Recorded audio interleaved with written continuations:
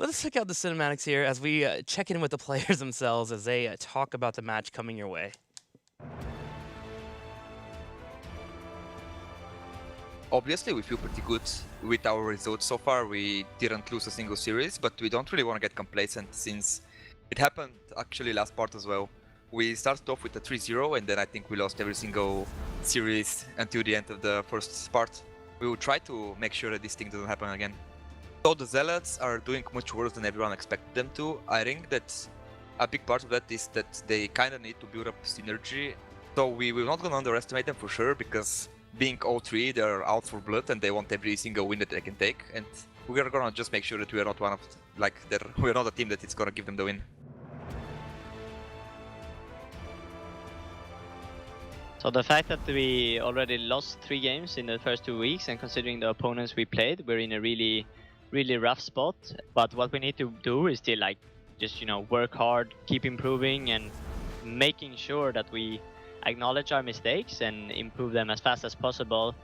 So I'm actually happily surprised, to be honest, with how well Liquid is performing right now. I didn't expect them to come out like a monster this early, but they're actually really strong, and I really enjoy seeing Arcane back on range. You can tell that is a role he feels very comfortable on. I don't expect us to win this series, but we're gonna do our best, and who knows, maybe we have a really good day, or maybe this week's practice goes really well and we can slay the beast that is Team Liquid right now.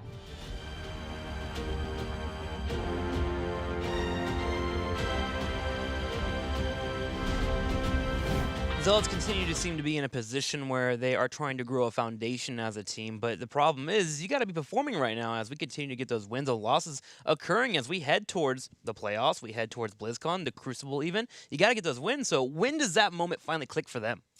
It's definitely going to be tough, but so for me personally, when I look at how they are currently running the phase 2 and how things are going, what I really want from them is just accept that they're in a rough spot, try to improve, and if that means that they are losing more matches against strong opponents like Dignitas, Fnatic, Team Liquid, then so be it. Because right now, with how the season has started, for them it has to be about dodging Crucible. That has to be the first option. And of course, if you can take matches against the big 4, that's fantastic. But your objective has to be that you improve enough so that we head into part 2 of phase 2, that they can take down Granite Gaming, that they can take, on leftovers, all the teams that they just lost to. Because if they win those matches, that would help them to get away from the Crucible. So improvement is all that matters at this point. And of course, every single map that you can take in the process is also a win. Well, we'll start the maps here, actually, as Battleground 1 is ready to go, and we'll see if we can get a few of those wins here for the Zealots. Remember, this will be a best-of-5 series, so the first to grab 3 wins will be the winner. Braxis Holdout and Dragonshire have been banned out. Zealots will ban out Dragonshire. Braxis was banned out by Team Liquid. And Team Liquid has a choice of map, and they select Infernal Shrines as our first place to go to. Yeah, they are so far 2-0 in Infernal Shrines. They picked the map twice, so it's definitely a battleground where they feel at home. And again, for the Zealots, it would be unrealistic to expect them to all of a sudden take match victories against the big 4, where they just lost against 3 direct competitors at the bottom part of the bracket. But as long as they can take maps, and as long as you see them grow as a unit, that would already be a success, because that will translate into part 2 of phase 2, and that's what really matters for them right now. Yeah, for me, I want to see Garrosh be contested. One, because you have Sport Billy on the opposing side that's going to play Garrosh if he gets the chance. Mix it in if he wants to. But one, because Robodoba is able to deliver on that character. And it feels like they're just not quite drafting around that front line and giving them the power picks that they want. So hopefully some adjustments on that front line, some communication between the drafter and what Robodoba wants to play can happen here. The thing is just Garrosh is not really as dominant anymore as he was. Yeah. Other tanks have definitely stolen the spotlight. Murden in particular is extremely powerful right now. We've seen Johanna played a bit more, not quite to the extent that would be expected after the mid-season brawl, but she's still up there. And yeah, even a Nubarak making his way in. Garrosh, on the other hand, he has been played 9 times, lost 5 out of those 9 games, so he's not really in a great spot right now, but Robodoba definitely performs on the hero, and his preference for the hero could be something that the Zealots are going to acknowledge here in the series and say, okay, we're going to take Garrosh and try to allow Robodoba to prepare these plays. I'm glad that you brought up Murden as well, with another hero that's been pretty prevalent for a lot of our teams, Phoenix being in the rotation. Murden's one of those natural counters that you're able to jump on top of him, make sure that you interrupt his ability to teleport away, you can drop that Stormbolt just in time, and of course make sure that he is unable to get up into position and get off that salvo Now Salvo into Slows has been a major combo here in the HGC. I mean, while we're talking about Meridian, he's currently, if you look at the amount of play that he sees and also his win rate, he's just straight up the best tank. He has 19 wins, 14 losses, that leaves it just below 60% win ratio. But that's a massive amount of play. He's played in 72% of the games. He's the second highest hero when it comes to that. The only other hero that has played more than Meridian right now is Malfurion, who sits at 72%. And that's another story, isn't it? Malfurion continuing to be one of the strongest supports you have here in the HGC. The ability to root off a target or be able to stop your opponents from engaging is such a great tool. Where you look at other supports, even Stukov, who puts himself in a position where he gets in trouble if he's engaged upon. Well, we're talking also about the draft here. It's interesting that the Zealots are going away from the Genji and Tracer ban pattern that we have seen so far. And Liquid actually bans out Abathea, so we've definitely seen things being shaken up a little bit. Yep. So Genji and Tracer are both still allowed, and that's super interesting since those two heroes have been consistently banned in most of the games that we've seen in HGC Europe.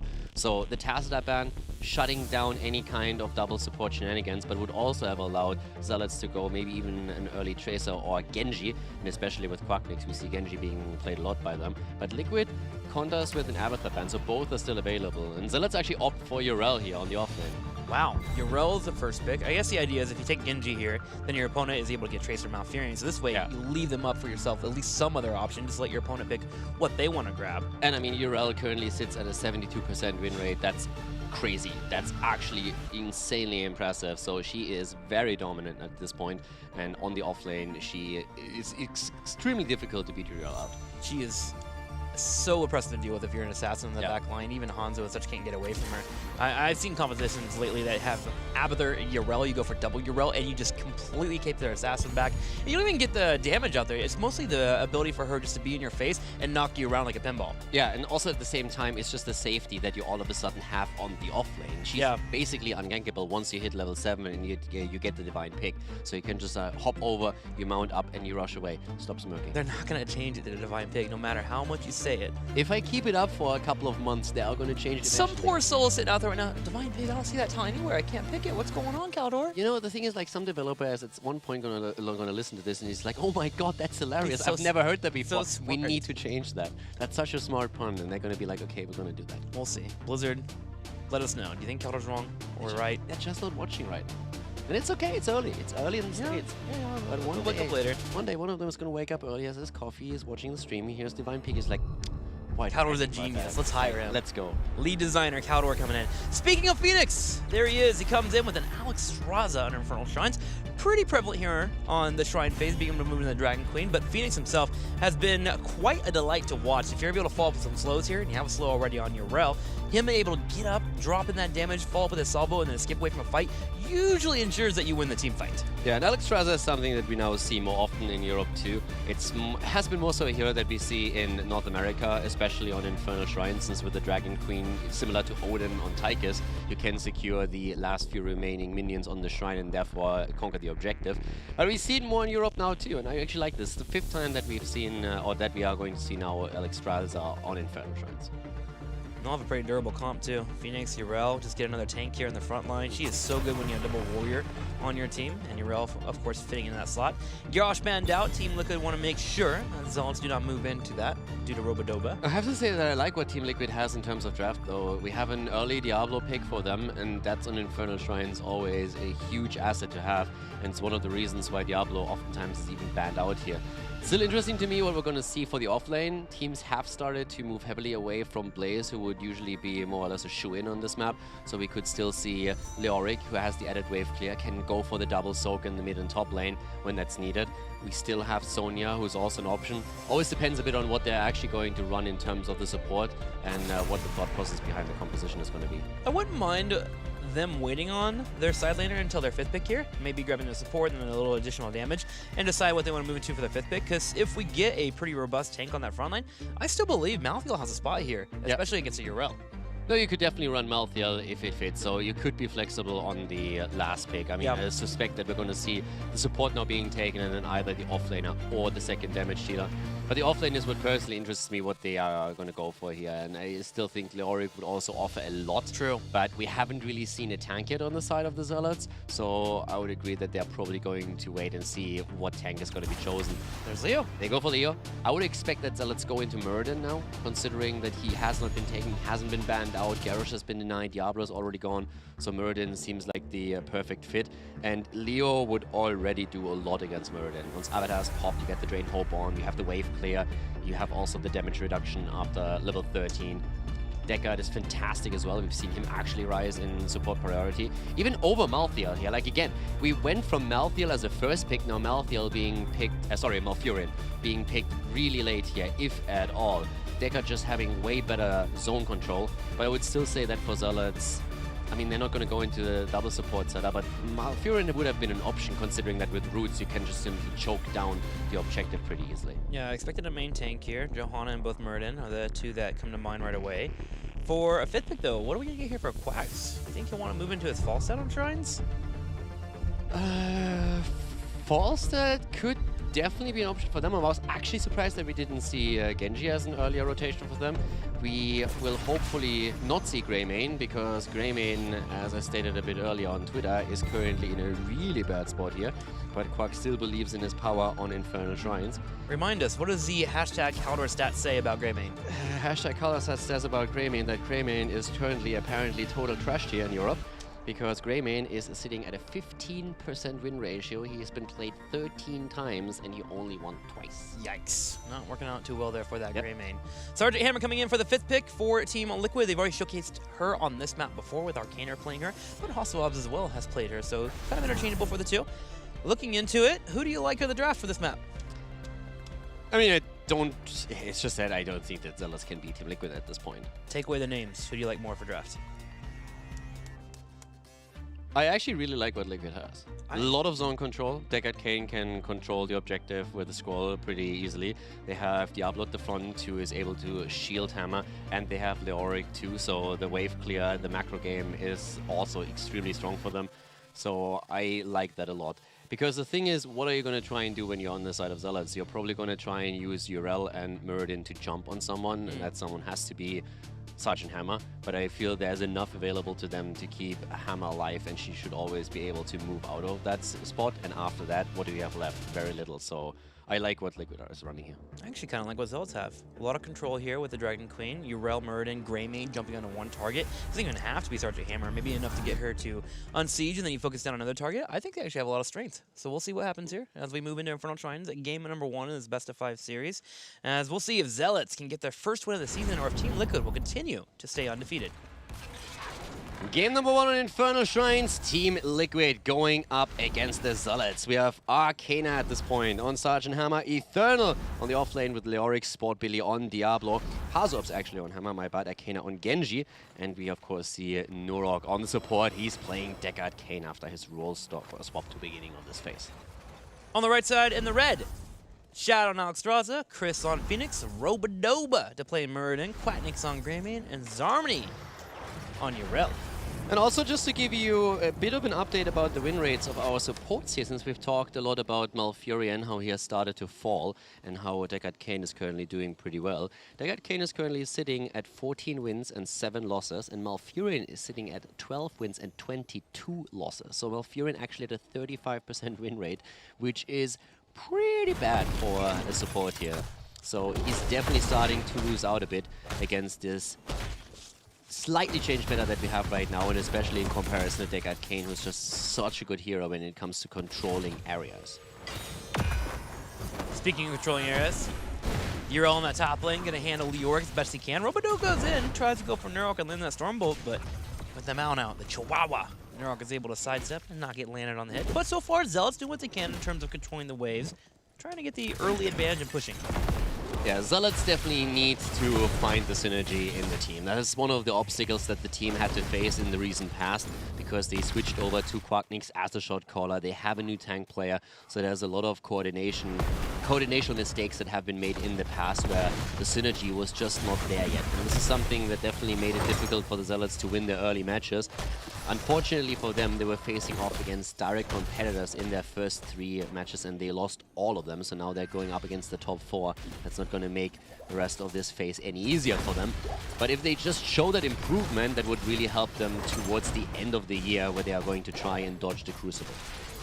That improvement really is going to come in the form of Robodoba being on the same page as teammates. It feels like there are moments where 2 to 3 people feel like they want to go in for an engage, suddenly 2 split off, people get sectioned and they get cleaned up and they fall victim. They've had moments of clarity where they move in, get the engage they want, and Zealots can look great from there. It's just a matter of trying to mitigate those mistakes they've been having. So far, though, here in the early game, we're only 2 minutes in, seem to really have it down pat in terms of their 4-man, looking for those fishing attacks, and even having Zarmony rotate between the top and the middle lane to help with the soaking, while Zealots grab an early Merc camp at the bottom. It's also a question of just simply having a different game plan than the old team had. You have Quacknix now in here who has a bit of a different approach towards the game than, let's say, for example, ADRD. So to get everybody on the same page here is going to take some time for them. Still, Team Liquid is in the spot where they have a fantastic start into Phase 2. We heard from Eternal earlier that they recognized that they were already in the past in a similar spot, and then all of a sudden started losing matches. So they're not taking these games lightly. They know that they still need to continue winning, but they already have a few very important victories under their belt. So the Western Clash seems already within reach, and of course at this point you're already trying to get the points to get a good standing for BlizzCon as well. After this weekend, 2 more weeks to figure out who will be going to that Western Clash in Burbank. Both teams getting ready to set up here for the Shrine as they move forward. I'm waiting on Sergeant Hammer to rotate up. It's a little bit late this rotation, but Sport Billy already grabbing the bush here will make sure that he's able to force a fight as needed. Here comes Sergeant Hammer finally as the clash begins. Now Zealots on the right side. I'm watching chat. I want to see when they commit here to the Dragon Queen. And Arcana immediately making sure that Chris has no shield left on Phoenix as he moved in. Nice scroll here once again. Zoning starting off. Hazops in position. And really difficult for Zealots to currently move in. Hazops is positioning himself well here. And Shad has to pop the Dragon Queen already, trying to secure the Shrine for his team. Getting some auto attacks in there. As Urel on the front line taking the brunt of the damage from Haswabs. He's trying to clear up. 24 to 18. Team Liquid ahead on the Shrine phase. Sport Billy prime the raid, take anyone down the moment that Dragon does finish up. You see him step up the moment Shad comes in. Finds a nice little shadow charge on Robodoba, but again, the main focus of Team Liquid is to keep this lead. 32 to 27 in minions. Currently Liquid is looking strong here and they're trying to go in again. Arcana is still in a position where he's trying to put the pressure on Chris and he's doing that as we speak. Robodoba also at the front here needs to be careful, but the Zealots are able to pick the Punisher as they invade the Shrine and Liquid just not able to grab those few remaining minions that they needed. Zealots able to find a couple of attacks there. Quack and Chris working together to use the area effect ability to clear out a few of those minions, get a nice little jump towards the end, and they'll be able to grab the point. And so far, Zealots are looking a little bit more disciplined. Able to grab the first Shrine, pushing in a little bit, get the turrets. Not going to be able to get this forward, especially with the defense setup from Team Liquid, but Zealots get a nice little experience lead as they move up to 7.25. Potion of shielding also for Nurok here on his deck at Kane, so he's definitely going to try and empower in particular Sergeant Hammer. Nice dodge here by Arcana, making sure that he's not going to be hit by the Stormbolt. Therefore no kill opportunity for the opponent's team. So good job and well done by him. Eternal actually getting a little bit bullied out here in this top lane, especially taking damage in that last fight. Finally will clear everything up. Should be able to heal up on afterwards, especially with Sergeant Hammer taking over the lane. Looking over to Zealots here, looking at Alex Draza moving straight into the Circle of Hope build. Now, we saw this with Diablo, which is somewhere that you normally see, but it seems like Shad kind of enjoys this build here, as he'll be making sure to bring out those heals. And he's trying to finish off that level 1 quest to make sure his team gets region globes. And also when we're talking about talents, if you look at Nurok, he actually went into field study on level 1. We don't have Sapphire claimed by him, which we quite often see. So in this case, it's all about the spell power increase that you are aiming for here. When you talk about Hazops, it's basically what you would expect, the exact same build that we've seen so far. Ambush into siege tactics, and then the hover siege mode on level 7, which makes him, of course, a lot more annoying, especially during those Shrine phases. Has a bit of a chance of just moving outside of the engage range that we are seeing on Murden and Grandin. Those two talents are the most annoying part about playing against the Sergeant Hammer. Having the ability to get unstoppable for 2 seconds, make it even more difficult for you to dive on top of her. Your coordination has to be on point, but you also have to make sure that you punish that cooldown as siege tactics. Make sure that she can get away from a fight. Aswab, speaking about being in a fight, is setting up here on the bottom as the minions are grabbed. Sport Billy able to grab the Merc camp here. The siege will start to push in. All 5 of the Zealots were brought down to grab that camp, and they were unable to get it. Yeah, I also really like what we see now on the side of Decade on level 7 going into Emerald. So that really helps you with the healings of the healing circles that we're seeing from Alexstrasza. So it's a pretty cool counter to make sure that her healing numbers are getting a bit reduced in those big team fights along shrines. So it's a nice counteract play that we have, and it again emphasizes the zone control that Decade has outside of the scroll, also with a Horadric cube that he can throw out. Did you mention what Zarmony went into on level 7? I know we're going on talents right here, but Holy Avenger instead of Divine Steed. We saw this from Wubby last week. The idea is that if you're able to hit an enemy hero, you get the cooldown reduction on your Avenging Wrath, so you can start jumping around Mario-like. We actually see that a little bit more often now, especially on maps where you don't feel you have to go into dual laning, where you don't have to double soak. And Zarmony actually gets barely out here, jumping out, and that's a lot of resources that Liquid just used up at the top lane. It didn't get anything out of it, and it allowed the Zealots to push out the bot lane, and they are hitting the level 10s now. Robadova trying to engage here. He needs to be really careful. He's extremely low, but Hazop's not able to connect his ult. Arcaner's flanking. Still surviving. Arcaner coming in from the top. Should be able to Swift Strike in. Decides not to, but the Avatar has been popped. Zealots are able to get away, but boy, that was a 2v4 that Team Liquid almost turned around thanks to the help of the fort. Lonado also taken for Decade. Here comes the Entomb, but it misses. Eternal not catching anything here, as we are seeing the Lonado coming through. Zarmony jumping in from the top. Eternal is already low, and Chris actually wants to go for him. He might get the kill here. Robadova trying to set it up now.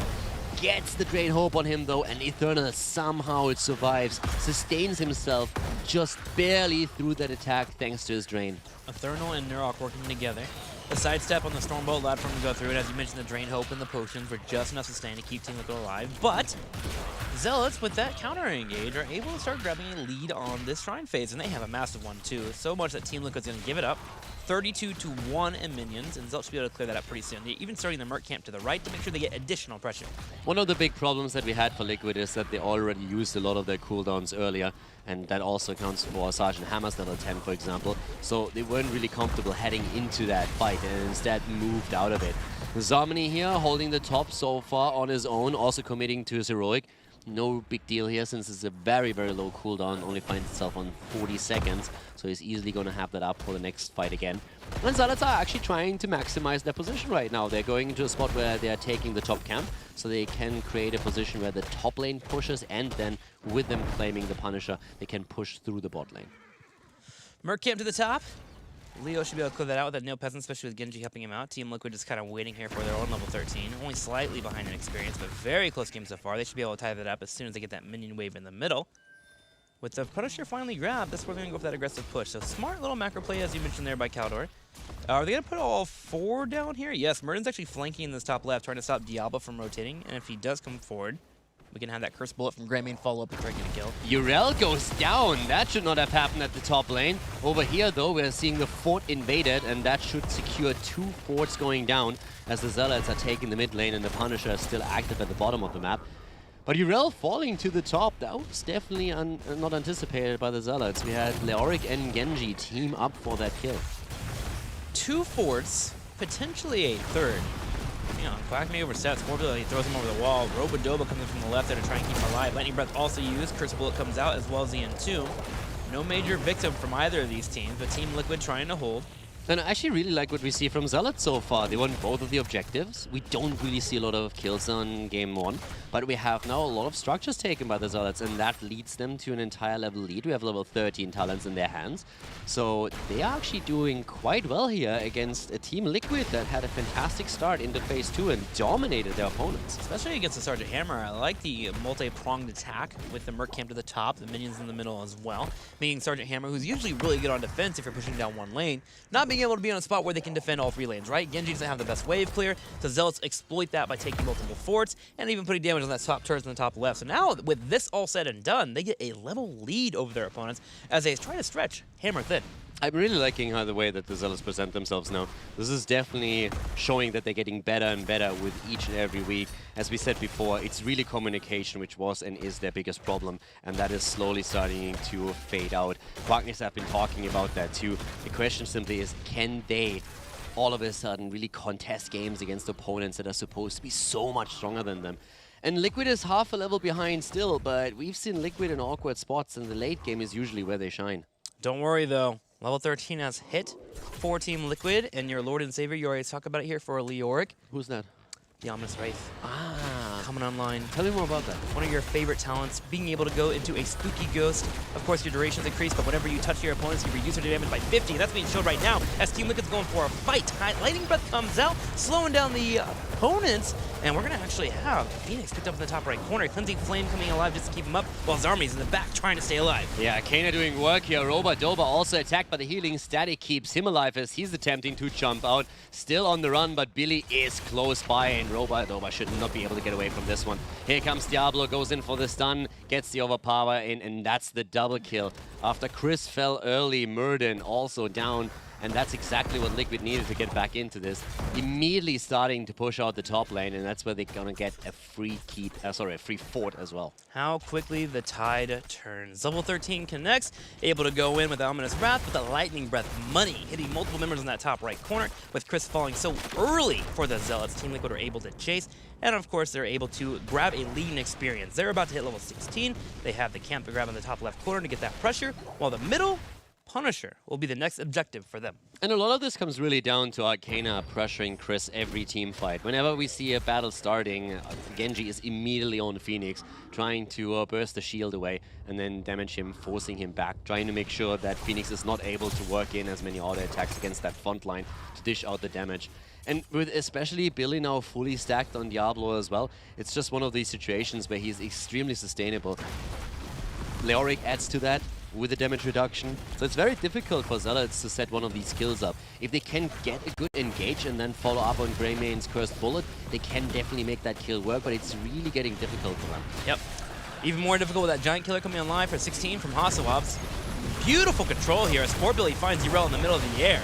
Able to drop down that Circle of Happiness, trying to stay alive. Zarmi getting that armor, but continuing to be focused down. The plus 40 isn't enough. Cleansing Flame also coming out. Zealots were able to save all 5, but they're going to lose out on this Punisher. And meanwhile, look at the top right corner. There's a camp already pushing in. The Zealots have to defend. And you could really tell in this fight that Zealots had a huge problem killing anything here. Team Liquid was holding the spot, holding the position, and taking them apart. They engaged with everything that they had, but got burst down pretty easily, and Zealots barely survived on the way back. Billy aggressively invading the camp here, knows that his teammates are already following it up. This is going to be a weird one. The camp's still taken by the Zealots, so a bit of a victory for them, but now they're getting locked down here. Zarmani needs to somehow get out, but is able to use the sacred ground to keep himself alive, and Arcana falls as Quacknix commits to the kill. Zealots able to grab the camp and turn the fight around. Gonna be a big play for them. Meanwhile, the Punisher is pushing in the middle. That Lornado being used to try and stop Urel from using her abilities, but Zarmani very, very wisely held on his abilities, crowed out of the bottom right corner, and stayed alive. Zealots now in a spot where they can have a solid defense. Eternal trying to buy some time while Sport Billy moves forward, but remember, this is a 4v5. Yeah, and immediately the Cursed Bullet gets thrown out, Billy losing a huge chunk of his hit point pool. Quacknix, of course, well aware that the cooldown on the Heroic is extremely low, so he can just throw that out once or twice during the team fight here, and they can easily defend against the Punisher. And a lot of that really came down to them getting the kill against Arcana. Once that Genji has fallen, there was a 4 versus 5 situation, and Zealots took full advantage of that to defend against the Punisher. And now they're in a spot where they again even in experience with their opponent. Thinking about even trying to grab a third. Wow, that Stormbolt hits just barely with the tip there. Another damage follow-up here from Chris. Great kill. Yeah, they take down a third. They can follow up with a Night Camp. They'll be able to get this fort too. Zealots are fighting back today. They have shown up to play. Yeah, they definitely did it. Here comes the Sacred Ground again as Team Liquid is willing to take that fight. Not quite sure that's the smartest play here. They're still in a 4 versus 5. Granted, Eternal will be back soon, but it should still give the Zealots time to either move out or maybe even go for another kill here. They need to be careful. They have the mobility, but they need to disengage now if they are not willing to fight that 5 versus 5 because Eternal still has Entomb up. Eternal's here, and he's going to have a slow here. Should be able to drop down. Shad getting the boost of speed, trying to retreat. Robodoba doing his best here to control the space. Eternal coming in from the top left. He does have the Entomb available. Not going to be able to find anybody, and Zealots are able to back up, using even the Cleansing Flame just to secure their escape. Alex, I think actually in this case, Alex Straza used the ult just because Shad was a little bit afraid that Leoric would drop the Entomb. Leoric saw fully well where Alex Straza was, and he could see that he was trying to chase her down. Yep. So Alex Straza was more or less forced into it because she didn't want to get attacked. She wanted also to make sure that everyone else could still move out. And to be fair, using the ult there is still something that's not too big of a deal because you will have it ready for the next Shrine phase. It might pop a little bit late, but you still will have it available.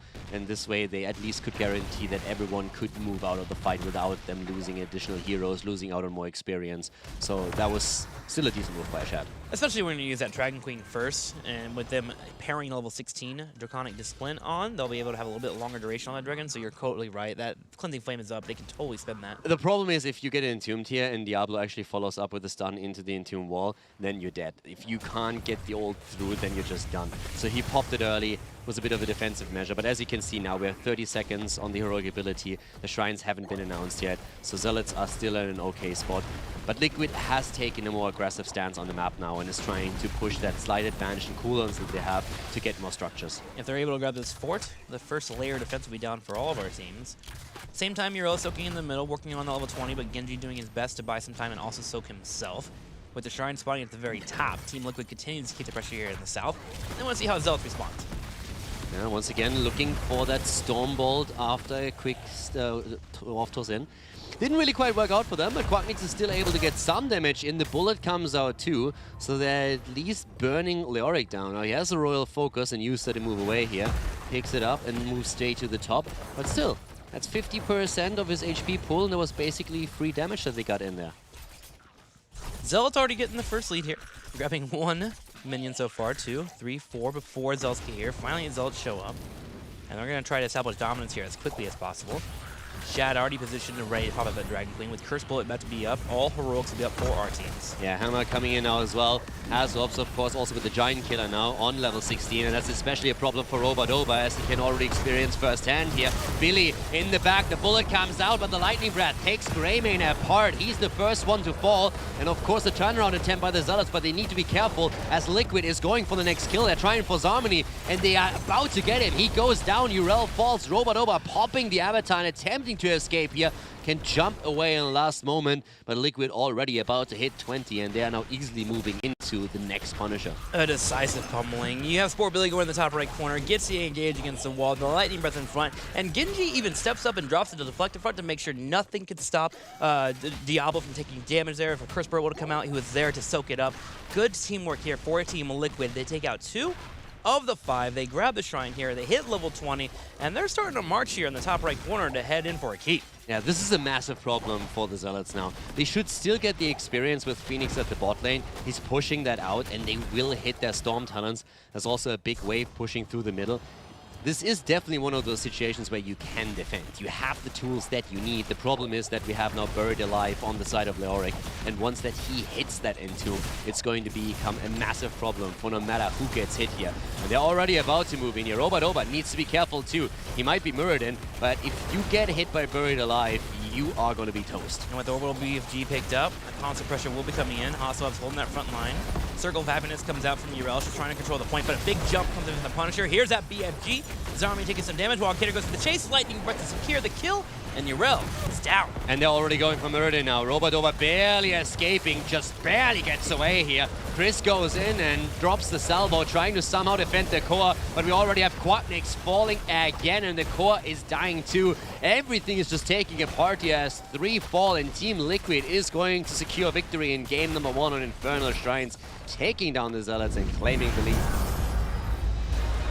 A strong display on how you play with and against Sergeant Hammer comps. I liked what Zealots did in the mid game, where they tried to stretch them thin by pushing multiple forts at the same time through mercenary camps, and they did get a nice experience lead. But Sergeant Hammer and the crew, after getting their 13 and 16 power spikes, able to find the fight they want, the Lightning Breath coming out, and they were able to win the team fights from then on. But still, Zealots looked a little bit cleaner today. They looked a bit better in the first game here, but we still need to see more from them. Again, it's tough for them going up against the Big Four at this point. We talked about them trying to get a bit more synergy and being more on the same page. And I think you could see that. They had a lot of situations where you see, okay, a call was made, they engaged, they jumped in, and they tried to get an advantage here. They played a bit more of a macro game too, so I like that. but it was not enough to take Team Liquid down on the first map. Now, if they can claim one of the maps here, it would be fantastic for them, but I still want to see a little bit more of where's that synergy right now. Was that just a bit of an outlier game, or do we really see progress from the last week to what's happening here? And I gotta shout out Eternal and Sport Billy holding that front line well, really. Diablo, Eternal on the Leoric, always setting himself in a position to make sure that if anyone was to be coming in, it would be him that would fall victim if they were gonna lose anybody. Diablo being set up for those engages around the walls. Those two really paired together to make sure they have that beefy front line to give Hammer the room to do what Hammer does best. And of course, while you're all worried about Hammer, you got a Genji sneaking in there and getting those kills. Constant swift strikes, especially in that last fight. Yeah, I feel the damage output on the side of the Zealots was a bit fragile because a lot of it really banked on Greymane trying to get the cursed bullet and then engaging onto it too, but Sure. he's still pretty fragile, so you needed to have perfect coordination with Alexstrasza there, because whenever you go in and you make that engage happen, we had the immediate response from Team Liquid, securing not only the area through the Scholar of Identification from Deckard, but also the damage output that they have and the follow-up of Genji who can get the reset. So it was pretty tricky to actually engage into that and get a kill here, because who are you going to attack? You're going to try for Diablo. He has the biggest hit point pool, so him taking him down only through Greymane is going to be rough. Was a good attempt for sure on the side of the Zealots, but not quite enough to take Liquid apart. Deckard's peeling just a little bit too much there. Let's go ahead and check out the cheers as we continue to climb here. The global cheer bar has cleared 13 million, and we are close to 14 million, so 13,955,937 cheers continue to roll in. I think we can get to 14 million today. Yeah, probably. Very bold do it. statement. No, did you say bald statement? You can't? Okay. All right, well, 14 I million can. is really close. You can't. I can. All right. I can play the dumb foreigner card. You're not a dumb foreigner. You're a very smart foreigner, and we appreciate you for it. okay. You're Is that intelligent, so? man. You're up there. You're up there. Mm-hmm. I'm proud of you. Just let people know. You got the ball joke in there, so everyone give him his claps. Good job, Caldor. Don't play the goofy laugh. If you I'm not playing it. All right, let's get ready for Battleground number 2, and we'll see if we'll baldly go where no one else has gone as we head into Volskaya Foundry. Team Liquid with the choice